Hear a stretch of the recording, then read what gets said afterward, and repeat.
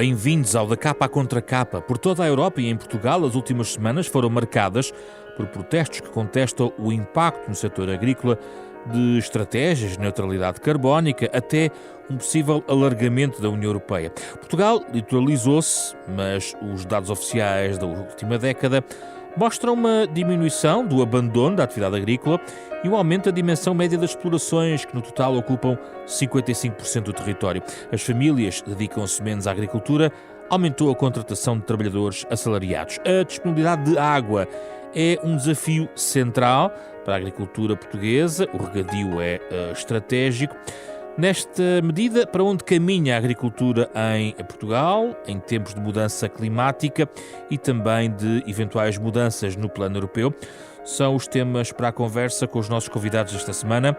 José Pereira Palha, coordenador do Observatório da Agricultura da SEDES, presidente da direção da Associação Nacional de Produtores de Proteaginosas e cereais, e também, à distância, Teresa Pinto Correia, geógrafa, doutorada em Ecologia da Paisagem, professora da Universidade de Évora e diretora do MED, Instituto Mediterrâneo para a Agricultura, Ambiente e Desenvolvimento.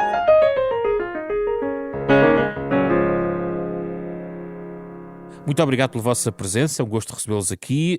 À distância tenho Teresa Pinto Correia, professora da Universidade de Évora, aqui em estúdio José Pereira Palha. Começo por si, José Palha. Deixou-se cavar, na sua opinião, erradamente um certo fosso ou um desentendimento, digamos, entre a questão agrícola e a questão ambiental? É uma das falsas questões do debate sobre a agricultura em Portugal e na Europa? Eu acho que sim. Em primeiro lugar, boa tarde e muito obrigado pelo convite para estar aqui hoje e cumprimento também a professora Teresa. Sim, eu acho que de facto é o que está a acontecer. Infelizmente é o que está a acontecer, porque, reparem, como disse muito bem, a agricultura ocupa mais de 50% do território e logo os agricultores são quem está de facto no território.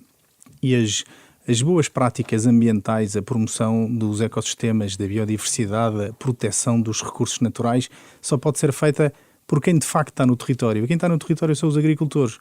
E no nosso caso, e também no caso de muita agricultura espalhada por esse mundo fora, quem está no território, quem trabalha a terra, normalmente é um legado que herdou. Também temos vários casos de, obviamente, e neste momento, muitos investimentos de fundos estrangeiros, mas o agricultor típico é um agricultor que o seu pai já trabalhou aquela terra, o seu avô, e no meu caso é assim que acontece. A exploração onde eu pratico a minha agricultura está na minha família, eu sou a 7ª geração que sou agricultor ali. E tenho um filho que já está em agronomia e o outro também quer seguir esta atividade e por isso sou o principal preocupado em passar este legado nas melhores condições ambientais possíveis e por isso os agricultores somos quem está no território, quem pode promover o ambiente.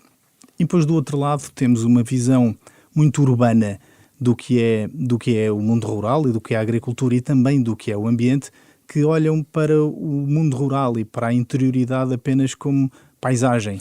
Mas é a própria política agrícola comum que estabelece determinados objetivos, também ligados às ambições ambientais da União Europeia, nomeadamente, por exemplo, a reserva também de algumas terras aráveis, onde se inclui as terras em pousio, para garantir também a preservação da biodiversidade. Há um desequilíbrio, na vossa perspectiva, em relação à PAC que temos para chegar a esses objetivos? A política agrícola comum é a única política verdadeiramente comum e europeia. E deixe-me só fazer um pequeno contexto histórico para se perceber, e porque também isto é um assunto que muitas vezes a opinião pública não percebe muito bem. A política agrícola comum aparece no final da Segunda Guerra Mundial, quando de facto havia fome na Europa, e era no fundo financiar os agricultores europeus para que pudessem produzir alimentos de qualidade, em quantidade e a preços que toda a gente pudesse pagar. Para lhe dar um exemplo muito fácil de compreender, qualquer pessoa que tenha uma receita médica para ir aviar um medicamento na farmácia, se tiver receita, o Estado paga uma parte desse remédio. Se não tiver a receita, terá que pagar na totalidade. O dinheiro da política agrícola comum é entregue aos agricultores como uma parte do seu rendimento. E muitas vezes ouvimos falar em milhões e milhões de euros que são entregues aos agricultores, mas isto é de facto uma parte do seu rendimento, porque de outra forma a produção agrícola não poderia ser paga pelos consumidores europeus. Nas últimas, talvez 2 décadas, houve uma viragem também ambiental e aqui é que é o cerne da questão, porque a Comissão Europeia quis ser um exemplo para o resto do mundo do que seria para boas práticas ambientais, a neutralidade carbónica e todas aquelas metas que mais recentemente foram apresentadas no Green Deal e na estratégia do Prado ao Prato, que é o Farm to Fork, e mais outra estratégia para a biodiversidade. E essas metas são metas políticas muitíssimo ambiciosas que não acautelaram a parte mais importante da agricultura, que é a produção de alimentos. E, por exemplo, uma das metas, que é daquelas que provavelmente vai haver um recuo, e a senhora Presidente da Comissão já anunciou também, fruto da enorme contestação que tem havido por toda a Europa dos agricultores, porque de facto não existem alternativas. A Europa quer atingir metas de neutralidade carbónica em 2050, quer reduzir em 30% a utilização de fertilizantes, quer passar a ter mais área em agricultura biológica, e todas estas metas não são alcançáveis sem de facto dar um corte fortíssimo na economia agrícola. E depois a produção agrícola não é compatível com estas metas sem haver alternativas. Mas se houver dinheiro, passa a ser compatível? O problema é que até pode isso acontecer, porque a Europa quer ser o exemplo do mundo e quer que toda a gente copie, só que de facto isso não acontece. E nós, por exemplo, recebemos as ajudas da União Europeia no âmbito da política agrícola comum, mas todos os países, ou a esmagadora maioria dos países, dão ajudas aos agricultores.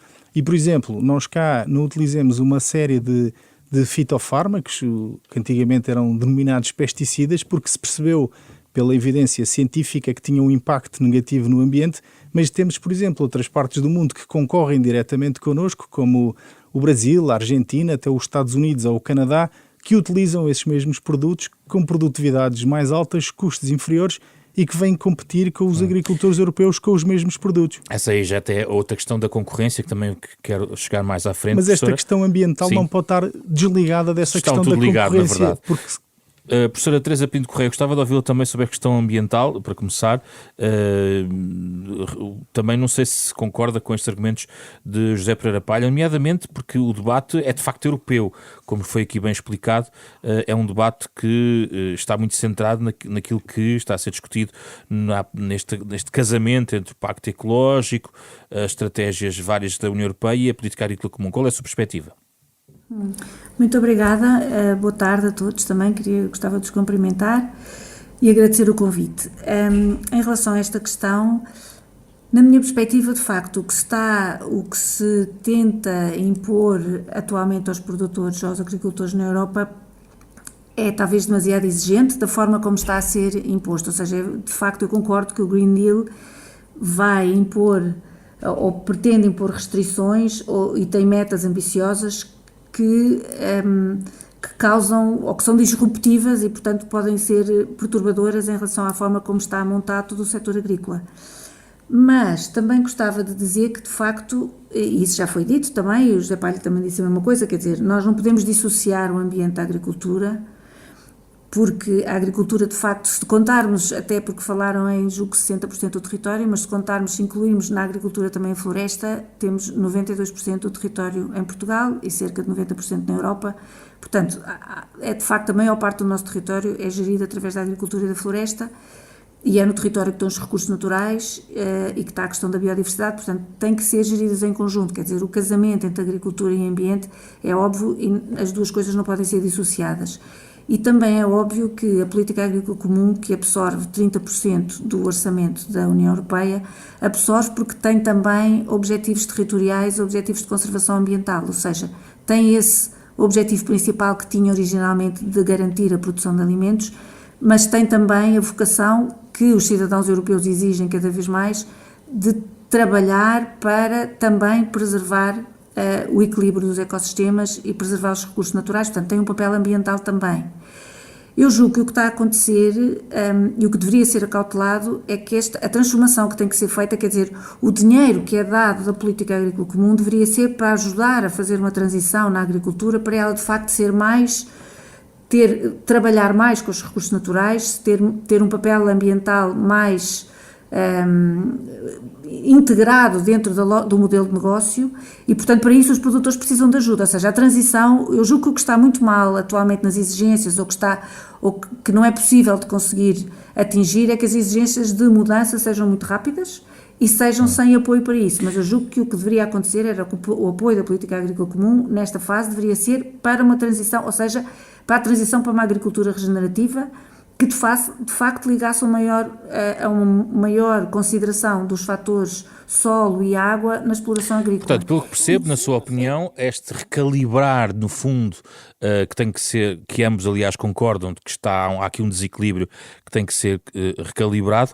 Na sua opinião, professora, não basta só, enfim, compensar os agricultores, enviar, abrir, do ponto de vista financeiro, os apoios, tendo em conta aquilo que foi aqui dito, mas é também alterar a forma também como se pratica a agricultura, é isso? É, exatamente. Eu acho que nós temos um elemento, um ativo na exploração agrícola que é o solo e que está demasiado pouco considerado, ou seja, um solo agrícola saudável será o mecanismo mais eficiente para combater as alterações climáticas e mitigar os seus efeitos, porque o solo, de facto, tem uma capacidade, se tivermos um solo saudável, tem uma capacidade muito elevada de captar e de fixar CO2, aumenta a capacidade de infiltração e de retenção da água. O solo tem um potencial de biodiversidade, a microbiologia do solo tem muito mais espécies do que uma pequena área à superfície da terra em termos de biodiversidade e garante o fluxo correto dos nutrientes. Portanto, se nós tivermos um solo saudável, conseguimos muito mais em termos de mitigação das alterações climáticas do que com muitas outras ações que estão a ser Mas, por outro lado, os agricultores vão dizer que podem tirar menos produtividade desse solo. Exatamente, por isso eles deveriam ser apoiados, por isso é que eu defendo que esta exigência de maior consciência ou de maior preocupação ambiental devia ser acompanhada de um programa de reestruturação da agricultura, de forma a permitir, durante alguns anos, a eventual perda de rendimento que tem lugar quando se muda de uma prática que tem determinados princípios para uma outra. Eu gostava de chamar a atenção que no discurso do Secretário de Estado dos Estados Unidos, em janeiro, 16 de janeiro de 2024, ele abriu o discurso, na Conferência de Davos, que é sobre economia, abriu o discurso a falar do solo. E falou do solo porque o solo é um dos instrumentos que permite dar mais sustentabilidade à economia, porque a produção de alimentos é absolutamente necessária e porque o equilíbrio dos ecossistemas é absolutamente necessário. E nós temos na Comissão Europeia atualmente 5 missões que são de temas que deveriam ser onde a Europa quer estar absolutamente à frente em termos mundiais, em termos de inovação, e uma delas é para o solo. A Comissão Europeia está a investir, em 2022 investiu 95 milhões de euros em investigação para solos, em 2023 126 milhões de euros, e este valor vai continuar a crescer até 2030. E, portanto, se há esta preocupação dos líderes mundiais, dos líderes da União Europeia, é porque há aqui realmente uma necessidade de mudar qualquer coisa na forma como nós gerimos o solo. E isso, eu julgo que o que deveria ser feito era, quando falamos agora dos apoios da política agrícola comum, deveríamos falar dos apoios para conseguir mudar a agricultura no sentido que o solo e a gestão da água fossem a prioridade absoluta. Deixe-me ouvir aqui o José Palha. Sim. É possível mudar a agricultura assim? Eu acho que este caminho tem que ser feito. Eu concordo aqui com a professora que de facto o solo é o nosso principal ativo e o nosso património que deve ser preservado, e há muitas técnicas de preservação do solo que devem ser implementadas e têm sido de alguma forma, mas não apoiadas o suficiente para contrapor com a perda de rendimento que há, por exemplo, na sementeira direta. Mas de facto concordo em absoluto que planeta só temos este e temos que tentar ser agricultores e produzir para alimentar uma população crescente da forma mais sustentável. Mas o que é preciso mudar na agricultura? Ou seja, se fala aqui na necessidade de mudar também... Mas sabe que essa mudança, nós temos vindo a assistir a essa mudança, e nos últimos, se calhar, 10 anos, nós temos uma evolução brutal na maneira como é feita a agricultura, em termos de eficiência na utilização dos recursos, na utilização da água, especialmente, dos fitofármacos, um caminho de eficiência também muito baseado em tecnologia, porque o conhecimento científico e especialmente a tecnologia na agricultura tivemos um crescendo enorme nos últimos 10 anos e cada vez mais a preços mais baixos, que todos os agricultores podem utilizar esse tipo de tecnologia, e de maneira que uma agricultura, e especialmente na Europa e naqueles países que têm uma agricultura mais profissional, esse caminho está a ser feito, não só no solo, mas em todas as áreas, de uma maneira mais global, na maneira como são produzidos os alimentos, são de uma maneira muito mais eficiente e muito mais sustentável, e também porque isso, nas nossas sociedades desenvolvidas, é uma preocupação do consumidor. Agora não sentimos tanto isso por causa do valor da inflação e da questão das pessoas estarem com pouco dinheiro no bolso e acabam por querer comprar o mais barato e preocupam-se menos com o mais sustentável. Mas esta ideia da sustentabilidade é uma ideia que está presente na cabeça de todos os agricultores e empresários agrícolas e até dos investidores. Sobre a questão da água, que é uma questão que eu gostava de trazer aqui, é central, no caso português, é central a questão do regadio. O que é preciso fazer desse ponto de vista nos próximos tempos? Há alguma retórica sobre a questão do regadio e houve também ação, naturalmente, ao longo dos últimos anos, mas face àquilo que se perspectiva, face até ao debate que houve recentemente, o que, na sua perspectiva, é essencial garantir? Acelerar todo este processo? É só uma aceleração que é necessária? Eu acho que neste momento, e temo que agora com esta chuva que é ótima que venha, que estamos a viver nestes dias, agora na Páscoa, que o problema fique mais ou menos atenuado naquelas regiões mais que precisam de mais de água, onde estamos a falar aqui especialmente do Algarve e da parte baixa do Sado, que estavam com níveis baixíssimos e pelas notícias que vi hoje de manhã estamos a recuperar o nível da água no solo, e que esta discussão fica um bocadinho mais para segundo plano, porque o que nós temos assistido nos últimos anos é que só nos lembramos de Santa Bárbara quando faz trovões, e neste caso é exatamente o contrário, só nos lembramos que não temos água quando temos secas. E temos projetos desde a década de 50 do século passado, ainda no tempo do Estado Novo, que resolveriam grande parte destes problemas, e temos que olhar para a água e para a falta dela, e especialmente nestas regiões mais sul do país e mais do interior, como um fator decisivo e absolutamente indispensável para que mantenhamos a atividade agrícola e a fixação das populações. Nós vivemos proliferação de açudes e de barragens? Há uma série de medidas que devem ser olhadas de uma forma integrada e, nos casos, utilizar umas soluções, noutros casos, utilizar outras. Nós temos, neste momento, aquilo que nós conhecemos, temos várias maneiras de ter mais água. Ou aumentamos a capacidade de retenção dos solos, como diz a professora Teresa muito bem, que não irá resolver o problema nos picos e da necessidade de aportar água às culturas, aumentar o armazenamento e reduzir a quantidade de água que vai para o mar, que não se pode reduzir, obviamente, na totalidade, porque teria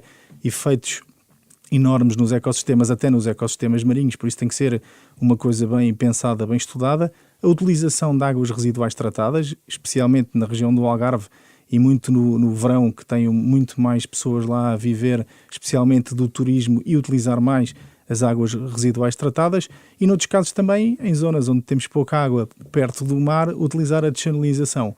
E, em alguns casos, utilizar várias destas medidas todas conjugadas umas com as outras.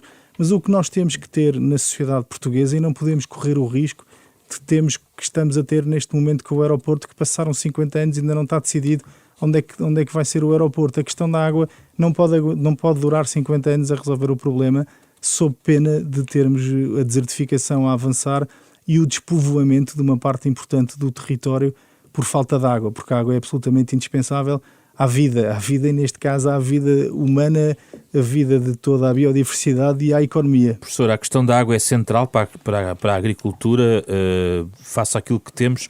Qual é o principal desafio que identifica? Concorda com esta opinião? Eu acho que a água é absolutamente essencial, obviamente. Eu julgo que concordo na generalidade, mas gostava de acrescentar que parece-me nós não estamos ainda, como país, a gerir a água como o bem escasso que a água é. Ou seja, a disponibilidade de água está a diminuir por via das alterações climáticas, portanto menos precipitação, e a necessidade das plantas de água por via do aumento das temperaturas aumenta. E, portanto, se ela já era um bem escasso em climas mediterrâneos, vai ser cada vez mais. E julgo que, sendo um bem escasso, nós temos de facto que o gerir de uma forma muito mais parcimoniosa do que aquilo que fazemos, e temos que dar à água o valor que a água tem em termos de preço, ou seja, o preço é a tradução económica do valor que um bem tem.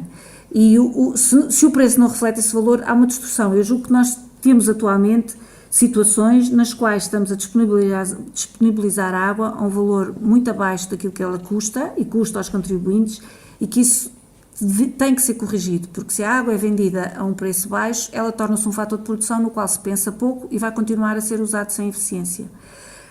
Eu julgo que é verdade que nós temos cada vez mais produtores que utilizam tecnologia que permite reduzir o valor ou reduzir a quantidade de água que é utilizada nas culturas.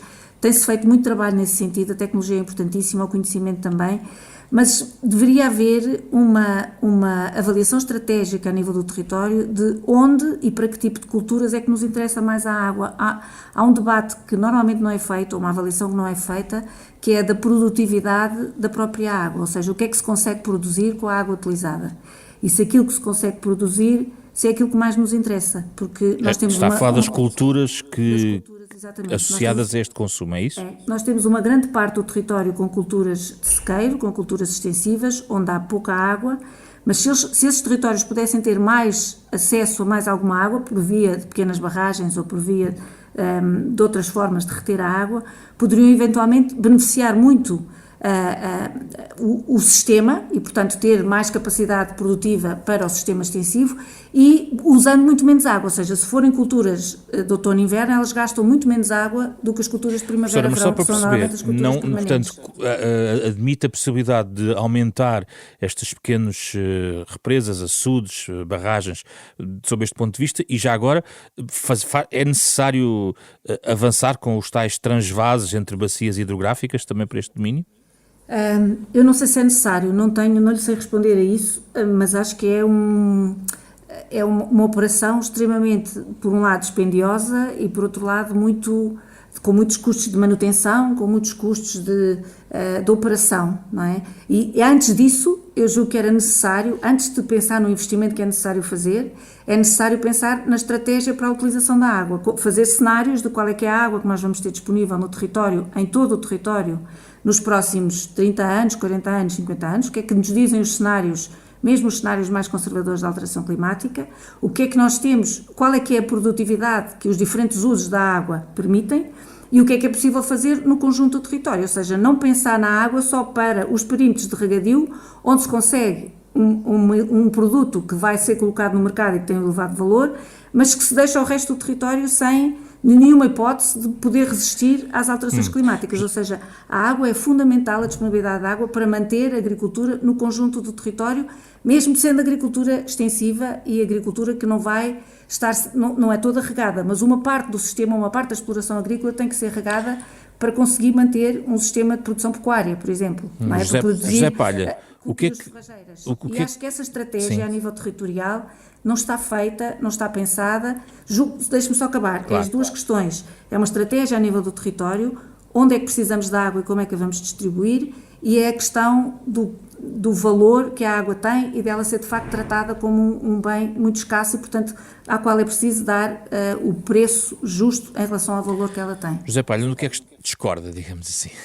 Discordo exatamente neste último ponto sobre exatamente o valor e o custo da água. Nós, neste nosso clima mediterrâneo, e estamos a falar especialmente do Tejo para baixo, é cada vez mais difícil, neste cenário de alterações climáticas em que vivemos, ter agricultura de sequeiro. É cada vez mais difícil porque os anos são muito incertos. Nós tivemos 2 anos consecutivos de seca, onde as culturas, especialmente as de outono e inverno, foram altamente penalizadas com rendimentos baixíssimos, e a água é importantíssima. E se de facto atribuíssemos à água o valor real deste bem que é tão precioso e tão fundamental, no caso da Alqueva, que é um exemplo paradigmático do sucesso de uma grande obra e de um grande investimento que mudou totalmente aquela região do país e tornou-a competitiva, atrativa para investidores, fixadora de populações, tem uma economia a mexer exatamente porque existe uma variedade de culturas que podem pagar essa água.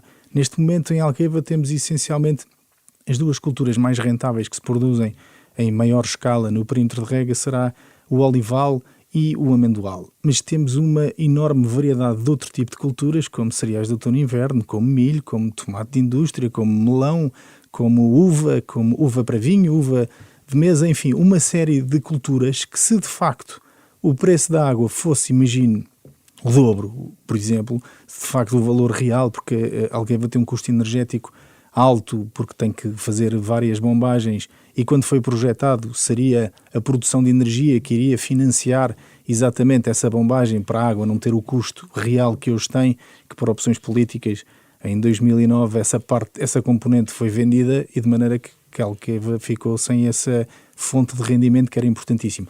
Mas sem contar com esta parte, muitas destas culturas seriam inviáveis. Por exemplo, Mas o olival e o amendoal são dominadores, não é? São dominadores, mas se o preço da água aumentasse, só apenas essas duas culturas poderiam pagar o custo da água. E quem está a falar do Alqueva, estamos a falar do Alqueva e todos os outros perímetros de rega confinantes com o Alqueva, que tem uma área importante. E imagina o que era o impacto ambiental que teria termos uma zona do país com 300 mil hectares apenas com duas culturas. E essa diversidade consegue-se exatamente porque todos os contribuintes querem ir para o Algarve e não verem uma monocultura de olival e amendoal e gostam de ver a diversidade, também têm que pagar alguma parte do custo para manter essa atividade agrícola em todo o território nacional.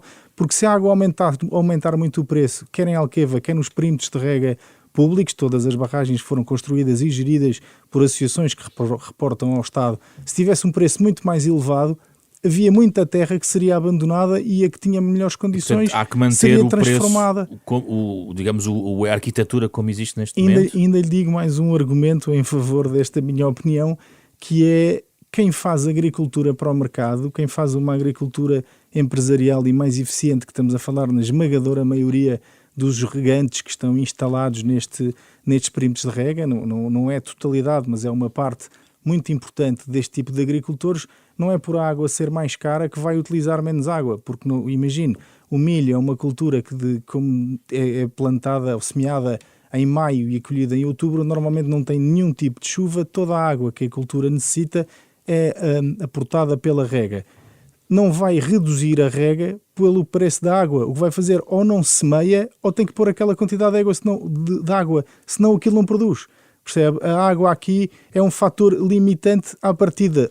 Ou se tem água e se faz, ou se tem menos água não se faz. Mas como mudança climática vai fazer o seu trabalho, não é? De fazer uma escolha desse ponto de vista, não é? Exato, mas por isso mesmo é que é tão importante pensar em levar a água onde ela existe para por baixo. Isso que fala na tal autoestrada da água. O que é a autoestrada da água? A autoestrada da água é ligar as bacias hidrográficas do norte com o sul. É um transvases. São transvases, exatamente. Só para lhe dar uma ordem de grandeza para as pessoas perceberem, em 2022, quando foi aquelas últimas grandes cheias em Lisboa, que toda a gente se lembra de Alcântara debaixo d'água e Algés debaixo d'água, apenas num dia, que eu julgo que foi no dia 16 de dezembro, a água que passou no Tejo em direção ao mar era água suficiente para regar todo o perímetro de Alqueva durante um ano inteiro. Se nós olharmos para isto com esta ordem de grandeza, percebemos, mas porquê é que não temos mais barragens? Porquê é que não guardamos esta água? E porquê é que não levamos para baixo? E quem diz para baixo diz para Alqueva e depois para o Algarve, porque o Algarve, a utilização da água do Algarve para todos os fins, para o Golfo, que é fundamental, para o turismo e para a agricultura, que é muito importante termos atividade agrícola na região do Algarve, se não tínhamos apenas uma pequena tira junto ao mar habitada, é fundamental continuarmos a ter laranjas. E os argumentos de que os transvases, a proliferação de barragens e açudes, exatamente vão em contramão do ponto de vista ambiental em relação ao recurso à água. Que é uma coisa que eu também não compreendo. Porque é que toda essa água tem que ir para o mar? O que é que o mar ganha? Não estou a dizer tirá-la toda. O mar tem a ver com o caudal ecológico também, mas muitos destes cursos de água. Mas estes caudais ecológicos são todos mantidos e ainda assistimos há pouquíssimas semanas. Alqueva fez uma descarga enorme de água para simular cheias no Rio Guadiana e respeito aos caudais ecológicos. Aliás, se pensarmos que era o Rio Guadiana antes de Alqueva, havia zonas que estava seca no verão e que agora nunca mais esteve seca. Também há falta de água no norte do país, em algumas zonas. Exato, mas atenção, o que está pensado e o que tem sido estudado não é tirar a água ao norte para trazer para o sul. É a água que o norte manda para o mar, uma parte dessa água ser guardada e mandada para o sul. É numa altura em que há uns que estão bem e há outros que estão mal, é ficarmos todos bem, não é os que estão bem ficarem mal e os que estão mal ficarem bem. É uma lógica de aproveitar o recurso e ser... Porque deixe-me só dizer mais uma coisa que eu também acho. Nós temos assistido e os vários modelos das alterações climáticas dizem que vamos ter mais anos de seca, mas também prevêem estes fenómenos extremos precipitações mais intensas, quer localizadas. Precipitações, quer ondas de calor. E por isso, quando chove muito, nós temos de estar preparados para guardar essa água, porque se não tivermos, nós corremos o risco de abandono. E eu acho que o pior que pode acontecer a um país é termos metade do país abandonado por falta deste recurso tão fundamental. Professor, o que é que realmente as alterações climáticas, os cenários que conhecemos em relação a Portugal em particular, não apenas e só na questão da precipitação, o que é que isto pode mudar ou pode fazer mudar a médio prazo na agricultura portuguesa? Quer dizer, eu gostaria também de reagir ao que foi dito anteriormente. Porque neste ponto acho que realmente nós não concordamos. Pode mudar muita coisa, não é? Mas acho que não podemos falar de reter a água que estamos a mandar para o mar como se fosse uma anormalidade que a água fosse para o mar. A água vai para o mar, faz parte do ciclo hidrológico. Uma parte da água que vai para o mar volta a subir à atmosfera através da evaporação e depois transforma-se em precipitação que volta a cair, quer dizer, há um ciclo hidrológico que sempre funcionou assim e, portanto, uma parte da água que cai na terra vai para os oceanos de novo. Se nós apostássemos, como eu falei ao princípio, mais na melhoria dos nossos solos, iríamos ter muito mais infiltração de água em todo o território e já não iria tanta água, já não teríamos o mesmo regime de cheias que temos atualmente. Portanto, o capacitar os solos para infiltrarem mais água é importantíssimo para evitarmos também essas cheias e para permitir manter água em todo o território sem ser preciso fazer mais barragens e mais infraestruturas de transporte de água de uns sítios para os outros. Portanto, acho que é muito importante pensar também em quais são as alternativas e não dizer só que a alternativa é reter a água para depois a levar para um sítio. É justamente quando eu falava de estratégia, falava disso, de pensarmos de facto quais são as diferentes alternativas. E fazemos esses cenários, fazemos os cálculos e depois então tomamos decisões que tenham uma estratégia bem definida. E essa estratégia, eu julgo que só pode ser feita se tivermos vários cenários contrapostos uns aos lados dos outros para perceber as vantagens e desvantagens. E depois, em relação ao território abandonado, eu gostaria de lembrar que aquilo que é regado no perímetro de Alqueva são 15% do território do Alentejo, 15%. E, portanto, tudo o resto não está beneficiado por regadios públicos, ou aquilo não é só da Alqueva, os regadios que existem beneficiam 15%. E, portanto, nós temos 85% do território que continuam em risco de abandono se não for feito nada para ajudar estes sistemas extensivos. Portanto, a questão da diversificação de culturas, de manter a agricultura e de manter um mosaico de paisagem que seja atrativo para quem passa e para quem visita, é importantíssimo nesses outros 85% também do território. É isso, precisa de água. A minha perspectiva é que nós deveríamos pensar também nas necessidades de água dessas culturas extensivas que não têm acesso aos regadios que estão construídos, mas que também precisam de água e precisam de água para serem mantidos. E qual é a solução? É a questão dos solos, que voltou? É a questão dos solos e a questão de pequenas barragens que permitam acesso à água à agricultura que está dispersa no resto do território, de forma a complementar, no fundo é regadio de suplemento, que vai complementar a produção ou a pastagem ou a produção em sequeiro. Portanto, no fundo é uma agricultura, um regadio de suplemento ao sistema extensivo, mas que é fundamental e é 85% do território. Portanto, nós podemos estar a querer resolver os 15%, mas estamos a esquecer os outros 85%. Professor, em relação à questão climática, sim, em relação à questão climática, quer dizer, os cenários mesmo os mais conservadores são óbvios. Nós, a partir do sul ou do sudeste, portanto do interior do Alentejo e do Algarve, vamos ter, portanto, a onda vem nesse sentido para cima, vamos ter menos precipitação e vamos ter mais temperatura. E vamos ter uma mudança das culturas por causa disso? E que mudança? Teremos que ter, porque mesmo em termos de árvores, há árvores que têm agora o seu ótimo ecológico, como o sobreiro, em determinadas situações, que vão deixar de ter e nós já vamos conseguir ter a azinheira, por exemplo, não é? Portanto, vamos ter que mudar, mas se pudermos suplementar com essa dita agricultura ou regadio de outono e inverno, conseguimos usar água a mesma quantidade de água dá para mais regadio. É esse o meu raciocínio, não é? Nós vamos ter sempre que ter regadio, sem dúvida, para conseguirmos manter a agricultura. A questão é como é que usamos esse regadio e qual é que é o regadio que nos interessa mais. Isso é uma espécie de estratégia de adaptação que não existe? Com certeza, uma estratégia de adaptação para todo o território. Que não existe? Que não existe. As culturas de outono e inverno têm uma produtividade da água de 5 a 7 vezes superior às culturas que são regadas em primavera-verão. Porquê é que não falamos nisto, não é? É a questão de produzir culturas forrageiras em vez de produzir milho, produzir cereais em vez de trigo em vez de produzir milho. temos que falar disto, temos que falar de se a água que nós temos e que temos disponível, se é só para aqueles 15% e para produzir culturas que incorporam ou que precisam de muita água e depois têm um elevado valor no mercado, portanto, no fundo estamos a exportar esses produtos, estamos a exportar água, ou se nos interessa aproveitar essa água para distribuir pelo território e manter, de facto, diferentes tipos de agricultura no conjunto do território. Já volto a si, José Palho, o que é que vai mudar deste ponto de vista, no cenário climático, para os ouvintes perceberem o que é que vai efetivamente levar esta mudança climática com menor precipitação, mas mais intensa? Já falou também da questão das ondas de calor, e há ou não trabalho de prevenção, ou deste ponto de vista de adaptação a esse cenário para a agricultura? Eu acho que esse trabalho existe e tem que existir mais.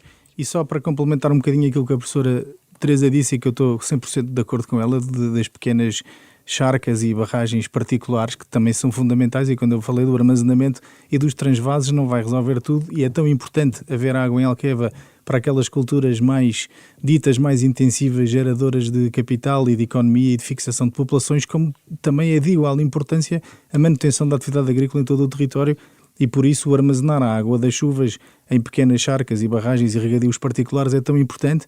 E tivemos na década de 90, pouco tempo depois de estarmos na União Europeia, um boom, quase digamos, com incentivo à construção de charcas e barragens, que hoje é muitíssimo dificultado pelas regras ambientais e especialmente pelo Ministério do Ambiente, e isso também é importantíssimo que seja revertido e alterado por forma a conseguirmos adaptar o país a exatamente vivermos com este cenário de alterações climáticas. Eu, enquanto presidente da Associação dos Produtores de Cereais, e são culturas muito afetadas por isso que temos estes fenómenos que têm acontecido, especialmente das secas nos últimos anos e até das ondas de calor na altura da primavera, que é uma fase crítica das culturas onde é o enchimento do grão, e percebemos exatamente que esta questão pode vir quase a inviabilizar aquelas variedades que nós conhecemos, o tipo de cereal, a variedade.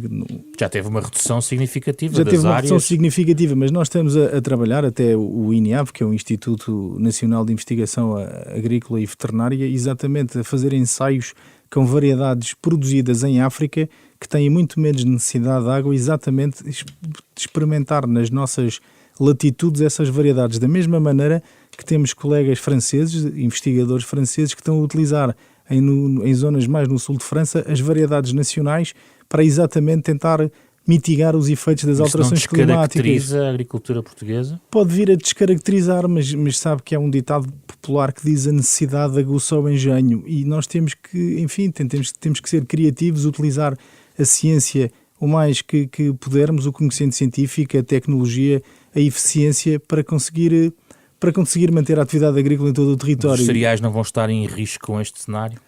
É possível que estejam em risco, até porque neste momento o que acontece é que nós, neste clima mediterrâneo, que não temos as condições ideais de produção para estas culturas. Se compararmos, por exemplo, com o Vale de Paris, a França é um país grande exportador de cereais, a produtividade é em sequeiro, porque eles lá não precisam de regadio, 5 vezes superior à nossa.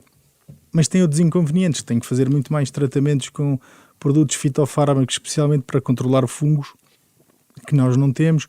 A colheita é feita numa altura em que às vezes está a chover e há contaminações com micotoxinas que nós também não temos, e o que nós temos tentado fazer enquanto associação, e que pode ser uma solução para uma série de produtos e em várias regiões, é exatamente valorizar a produção nacional e tentar que o consumidor português queira consumir produto nacional e ir um bocado ao encontro da preocupação de sustentabilidade. Mas uma das queixas tinha a ver depois com uma questão mais económica, de esmagamento de margens, de um conjunto de problemas relacionados com a distribuição, que é uma das queixas dos agricultores.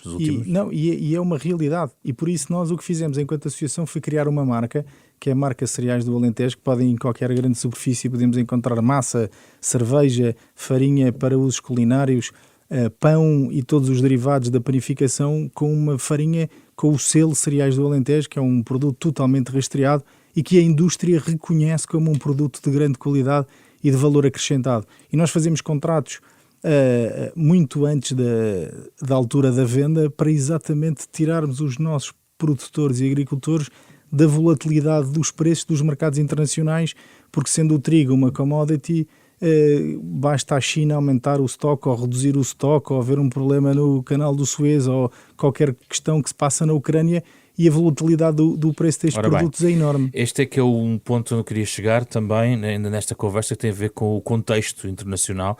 De facto, já falou aí da questão da Ucrânia, mas gostava de ouvir a Teresa Pinto Correia a sua perspectiva em relação, no fundo, à Europa, porque é de facto uma discussão mais alargada, as questões da segurança alimentar, da autossuficiência, enfim, no contexto também em que os mercados existem, há uma Ucrânia à porta, também da União Europeia, um grande país agrícola. Qual é o grande desafio, na sua perspectiva, Teresa Pinto Correia, para a Europa agrícola neste contexto em que também tem que lidar com a concorrência dos outros mercados, da América do Sul, enfim, de outros mercados? Qual é a sua perspectiva? Eu acho que seria importantíssimo, face a esta instabilidade que quer dizer, acho que a instabilidade política que nós temos vivido nos últimos tempos, e as questões da guerra e as questões mesmo antes disso da pandemia, mostraram que se conseguíssemos ter um grau na Europa, um grau de soberania alimentar superior, estaríamos mais prevenidos, ou seja, seria mais fácil lidar com estas crises, não é?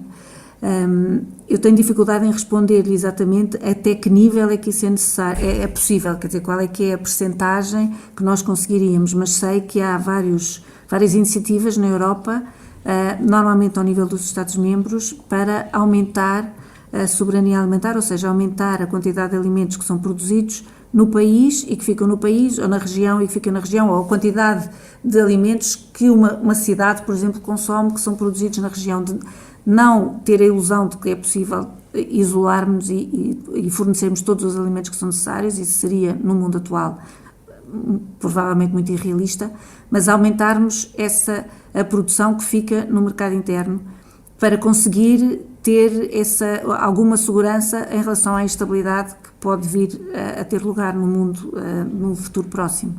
Portanto, eu acho que o grande desafio será esse. O grande desafio será também a nível estratégico pensar o que é que nós conseguimos produzir, que consumimos na Europa e o que é que conseguimos deixar de importar e, portanto, que eventualmente levará também a deixar de exportar para conseguir ter um nível de soberania superior. E é nisso que se está a trabalhar. Eu acho que isso seria muito... É nisso que se está a trabalhar em várias iniciativas, mas que nós não estamos a trabalhar aqui em Portugal, e acho que seria muito importante pensar nisso também. E é preciso flexibilizar um conjunto de regulamentos e regras para que a Europa mantenha competitividade internacional nos mercados agrícolas? Eu não sei o que é necessário, de facto, não sei responder a isso. Eu sei que seria necessário flexibilizar, mas também seria necessário criar os mecanismos internos que permitissem dar apoio a essa produção que fica no mercado interno, não é? E é isso que eu julgo que está a faltar, é ter uma estratégia de conjunto que diga que, além da questão dos recursos que nós temos que melhorar, a forma como estamos a usar os recursos e como estamos a gerir, temos também que olhar para esta questão da globalização versus a nossa proteção e como é que vamos conseguir isso. E isso acho que em conjunto não está a ser pensado e, portanto, levanta-nos problemas muito grandes. Eu acho que, obviamente, se nós formos invadidos por produtos que são produzidos a custos muito mais baixos fora da Europa, sem todas as restrições, isso será um problema, mas claro que é um problema enorme. Portanto, teremos que pensar como é que se consegue negociar isso, mas julgo que a alternativa não é baixar as nossas exigências, a alternativa tem que ser negociar como é que conseguimos tornar os nossos produtos mais, apoiar de forma a que eles sejam economicamente, tenham outro valor para o consumidor, portanto possam ter um valor acessível para o consumidor e tentar ver como é que conseguimos, o que é que conseguimos fechar dentro das condições existentes, de que forma é que conseguimos limitar a importação desses produtos. José Palha, eu acho que o objetivo não pode ser nunca baixar a qualidade, nós não podemos fazer isso em relação baixar a qualidade é mexer nos regulamentos? Sim, em alguns casos é. José Palha, qual é a sua perspectiva? O que é preciso fazer? O que é que pode mudar a médio prazo também no plano europeu para este combate em várias frentes? Eu acho que vai mesmo mudar e nós estamos a assistir politicamente a Europa, a cor política a virar muito mais à direita e nós temos esta estratégia, especialmente esta do Green Deal, com metas completamente ambiciosas, sem haver alternativas para a utilização de produtos, por exemplo, ou como é que nós conseguimos continuar a produzir, reduzindo os fertilizantes, não havendo no mercado alternativas para isso. E com esta grande mudança política no Parlamento, eu estou absolutamente convencido e espero também que haja uma mudança de política e que algumas destas metas, embora importantes, e eu concordo com a professora, não podemos baixar as exigências, mas também não podemos ter umas exigências tão altas que nós não conseguimos cumprir. E acho que aqui, como em tudo na vida, é preciso bom senso e algum equilíbrio e, neste caso específico, olhar para a ciência, estudar e ver o que é os impactos das medidas. Com o que nós assistimos com esta Comissão e com este Parlamento, muito influenciado por grupos ambientalistas e pelos partidos mais da esquerda, com uma visão muito mais pró-ambiente, muito menos pró-produção, assistimos a criação de regulamentos e obrigações que terão um impacto ambiental, enfim, em alguns casos até pode ser reduzido, em muitos nulo, em muitos será um impacto ambiental positivo. Olhar para a ciência, e eu acredito, e desde há muitos anos que eu trabalho nesta área, eu tenho 47 anos, sempre vivi ligado à agricultura, e pela primeira vez eu acredito que é possível mudar, e que é possível mudar para melhor. Mantermos a atividade agrícola em toda a Europa, especialmente em Portugal, em todo o território nacional, com os produtos com a melhor qualidade do mundo, com as melhores práticas ambientais e com a preocupação pelas pessoas. E eu acho que é possível fazer isto tudo, conciliar isto tudo. Mas a Europa tem que olhar senso para dentro e como é que vai funcionar em relação aos outros blocos regionais, agrícolas fortíssimos com que se depara na concorrência internacional.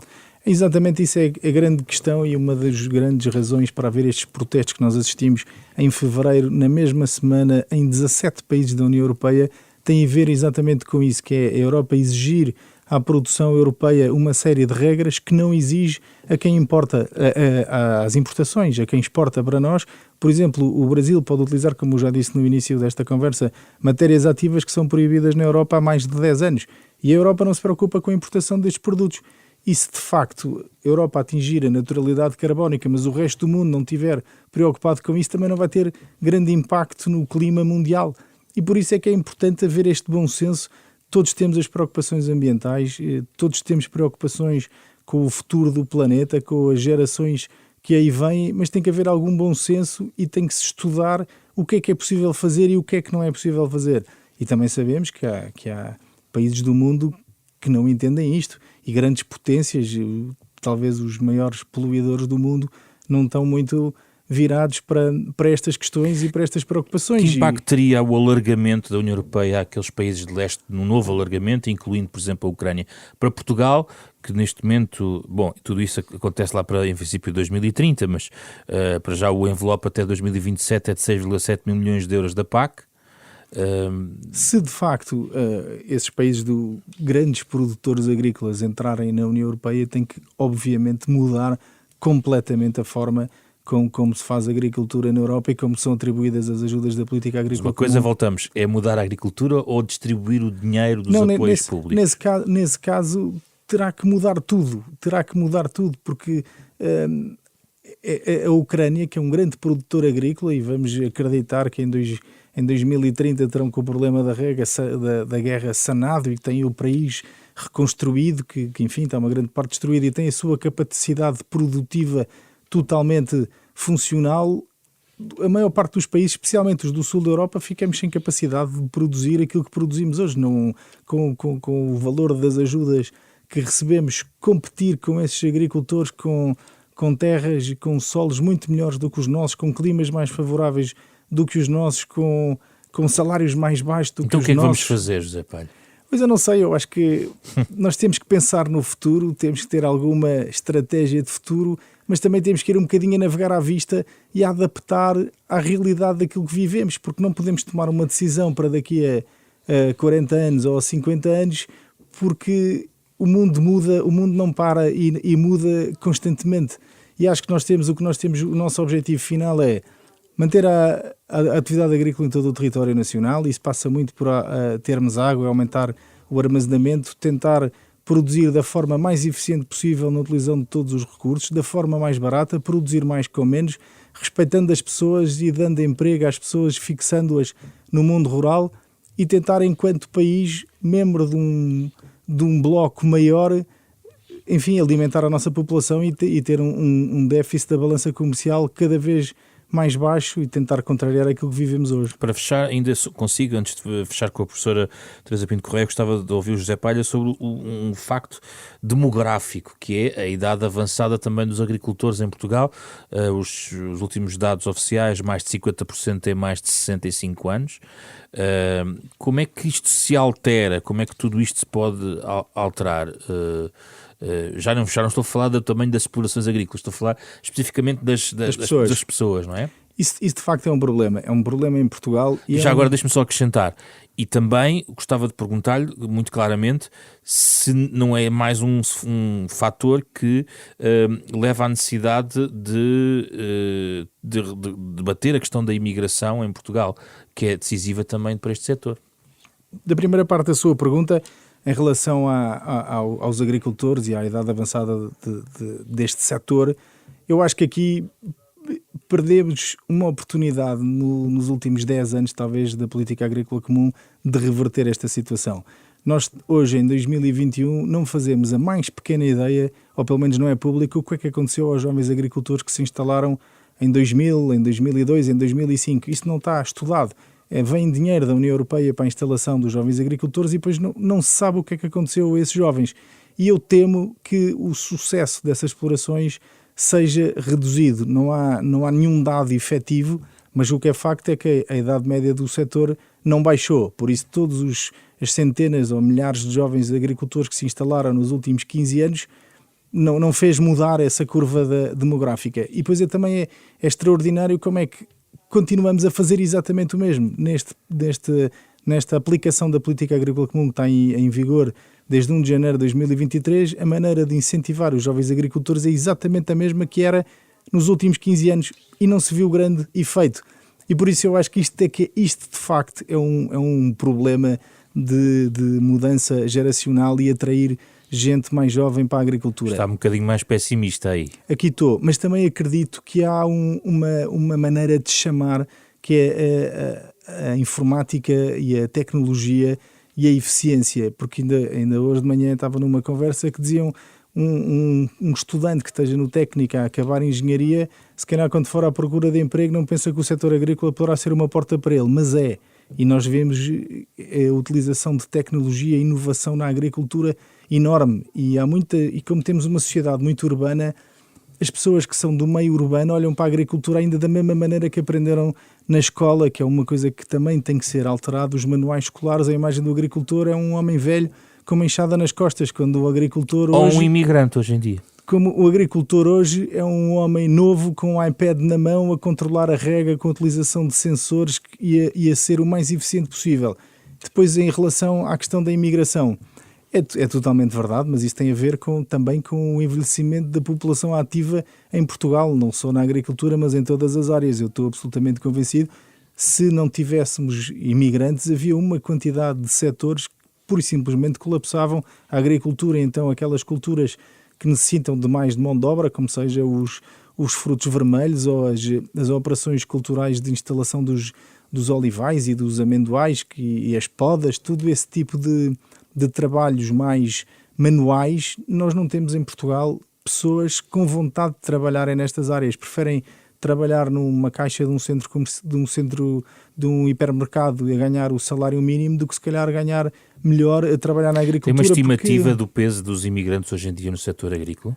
Depende muito das áreas específicas do setor agrícola. Por exemplo, na minha área, no setor dos cereais, é reduzido, mas há áreas onde é enorme, como lhe disse, os exemplos que lhe dei, dos pequenos frutos, essencialmente todo o trabalho de mão de obra, uma esmagadora maioria, é feita com mão de obra estrangeira, e é importante que nós recebamos essas pessoas e que os consigamos acolher da melhor maneira possível, especialmente aqueles que querem de facto vir trabalhar para cá e ter uma vida mais parecida com aquela que nós temos cá na Europa, que eles não têm nos países de onde vêm, e por isso então vêm à procura de melhores condições, aliás, como muitos portugueses, nossos conterrâneos fizeram no passado à procura de melhores condições, e por isso eu acho que nós temos a obrigação de os acolher bem e de lhes dar boas condições para que eles se mantenham. Teresa Pinto Correia, eu termino consigo, perguntar-lhe se tem uma ideia do que é que pode mudar na agricultura portuguesa por via desta entrada de outros agentes, nomeadamente por via do alargamento da União Europeia, em particular, porque se fala muito mais sobre isso, sobre a questão da Ucrânia. Olha, eu gostava de falar sobretudo desta questão porque se é a última vez que vou falar aqui no programa, há uma questão que não falámos ainda. Eu concordo perfeitamente com as últimas coisas que foram ditas pelo José Palha em relação aos desafios que se colocam pela entrada da Ucrânia também, mas há esta questão do envelhecimento do setor agrícola e do nós não sabemos o que é que aconteceu aos jovens agricultores, que me parece importantíssima de falar, mas também como eventualmente solução ou ligada a esta questão, a falta de formação e de apoio que nós damos aos produtores. E portanto eu acho que para fazer face, sobretudo para fazer face a estes desafios todos e para eventualmente conseguir fazer as alterações no sistema produtivo que vão ser necessárias ao longo do tempo nos próximos anos, nós precisávamos de dar muito mais formação aos nossos produtores e não estamos a dar, e isso também seria uma forma de dar, dos jovens se sentirem mais seguros a entrar na agricultura, porque nós conhecemos alguns e temos feito alguns estudos nesse sentido aqui na Universidade, de pessoas que entram, que realmente estão interessadas em começar no setor agrícola, a fazer investimento, a criar a sua própria empresa, mas depois debatem-se com tantos problemas e com tanta falta de apoio, no sentido mesmo de apoio técnico do extensionista que lá vai, que discute com eles os problemas, que faz o diagnóstico, que tenta soluções, que acabam por desistir, algumas vezes, outras vezes perder dinheiro e depois não conseguem continuar. Portanto, nós temos cerca de 270 mil produtores agrícolas em Portugal e 71% só têm um ensino básico. Portanto, as pessoas não estão preparadas para fazer face a estes desafios, ou ao potencial tecnológico, aos desafios das alterações climáticas, às mudanças no mercado que têm a ver com estas questões globais e as questões do equilíbrio económico e político global. E não tem hipótese. Quer dizer, mas falou de alguns obstáculos que detecta, mesmo naqueles que possam estar interessados. José Palha estava a dar um exemplo que é uma questão quase de mentalidade, que é o engenheiro não pensa ir para a agricultura, mas a professora está a dar o exemplo de quem eventualmente possa estar interessado, mas tem um conjunto de obstáculos. E que obstáculos são esses? Mas muitos dos obstáculos, o que eu estava a falar em particular são os obstáculos de não ter um apoio técnico de conjunto sobre a exploração, de alguém que vá lá aconselhá-lo, como nós temos, quer dizer, o dar formações online ou dar algumas formações em termos da universidade é muito importante, mas não chega, quer dizer, é como nós dizermos que um médico, quer dizer, quando uma pessoa está doente, que basta ir ver alguma informação que está online ou basta ir fazer uma formação uma vez de 10 em 10 anos e já sabe o que é que tem que fazer. Não, a pessoa tem que ir ao médico e o médico tem que fazer um diagnóstico e depois tem que aplicar a solução, a medicação ou o tratamento relativo ao diagnóstico que tem. E é isso que tem que acontecer numa exploração agrícola. Se tem um problema, se tem uma questão que não consegue resolver, é tentar soluções, é debater. Essas soluções têm que ser fundamentadas em conhecimento. O conhecimento produz nas universidades, nos institutos de investigação, mas tem que chegar a quem o aplica na prática. Portanto, nós temos um enorme déficit de, por um lado, formação contínua, mas sobretudo de acompanhamento dos produtores. E, portanto, os obstáculos são muitas vezes pequenos obstáculos, mas que o produtor sozinho tem muita dificuldade em resolver. E temos um conjunto que vai crescendo de produtores jovens com formação superior ou com formação técnica que conseguem ir procurar esse conhecimento, mas também temos uma enorme maioria dos nossos produtores que não têm isso e não têm onde ir buscar o conhecimento. Quer dizer, eu tenho falado muitas vezes com agricultores que herdam a sua exploração ou que decidem comprar para fazer investimento, ou pessoas que decidem mudar de vida e sair das cidades e viver para o campo e querem fazer agricultura, mas não sabem onde pedir apoio. E nós vemos que os países com agriculturas mais desenvolvidas e que conseguem melhor resolver os problemas que o setor vai encarando, são países que têm essa estrutura de conhecimento, o chamado AKIS, não é? Agricultural Knowledge and Information System, muito bem montado, muito coerente, muito próximo do produtor. E, portanto, isso dá uma segurança também para aqueles que possam pensar em ir para a agricultura. Porque, de facto, é uma profissão onde se está sozinho a gerir uma exploração e se não houver essa rede de apoio, é muito mais difícil o sucesso. Portanto, eu diria que há um obstáculo, que é um obstáculo muito presente na agricultura portuguesa, que é a falta, de facto, de um apoio técnico de qualidade, objetivo e com ligação, que faz a ligação aos setores ou às entidades que fazem a investigação, mas depois a transporta para o campo, ouve quem está no campo, volta a trazer o problema para as entidades de investigação. No fundo é o setor de extensão que nós perdemos. E, portanto, temos algumas entidades a fazer aconselhamento, mas nem todas são idóneas e não chegam a todos os produtores. Portanto, essa falha parece-me que é importantíssima e que seria uma parte da solução para o problema da captação de novos agricultores. Muito obrigado. Teresa Pinto Correia, José Pereira Palha, foi um gosto recebê-los para conversar sobre a agricultura neste momento em particular. Parece-nos um tema importante para trazer aqui ao nosso programa, o da Capa contra Capa, que é uma parceria da Renascença com a Fundação Francisco Manuel dos Santos. Programa cuja versão integral neste debate está disponível em podcast a qualquer momento, a qualquer hora, nas plataformas digitais habituais. O genérico original deste programa é do pianista Mário Lajinha. Fizeram a edição desta semana Rui Ferraz, Carlos Schmidt, André Peralta, Ana Marta Domingos e José Pedro Frazão. Na próxima semana voltamos para debater outro tema da atualidade.